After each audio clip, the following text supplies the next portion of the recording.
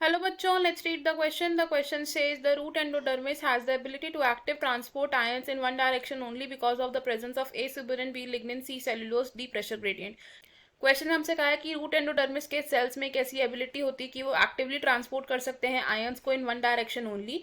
ऐसा किस मटेरियल की प्रेजेंस की वजह से होता है, हमसे पूछा गया है। तो हम सबसे पहले बात करते हैं इस क्वेश्चन के की कॉन्सेप्ट की। हमारा इस क्वेश्चन में की कॉन्सेप्ट होगा मिनरल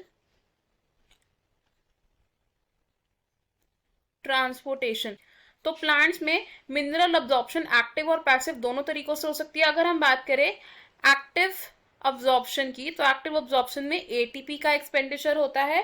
अब रूट हेयर सेल्स के पास ऐसे कुछ पंप्स प्रेजेंट होते हैं जो आयंस को एक्टिव ट्रांसपोर्ट करने में हेल्प करते हैं। तो रूट हेयर सेल्स के पास क्या प्रेजेंट है, ऐसे प्रोटीन्स प्रेजेंट हैं। और ये प्रोटीन्स क्या करते हैं,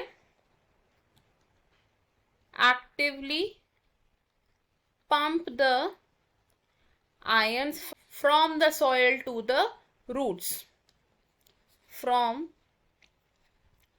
soil to, और आयंस की ट्रांसपोर्टेशन इसी डायरेक्शन में होती है, सॉइल से रूट्स की तरफ। अब रूट में जो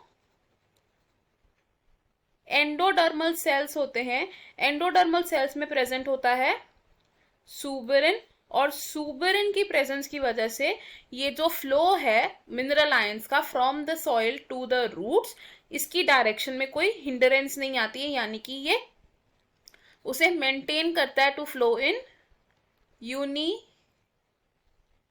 डायरेक्शनल मैनर, और ये उसका बैक फ्लो भी रोकता है।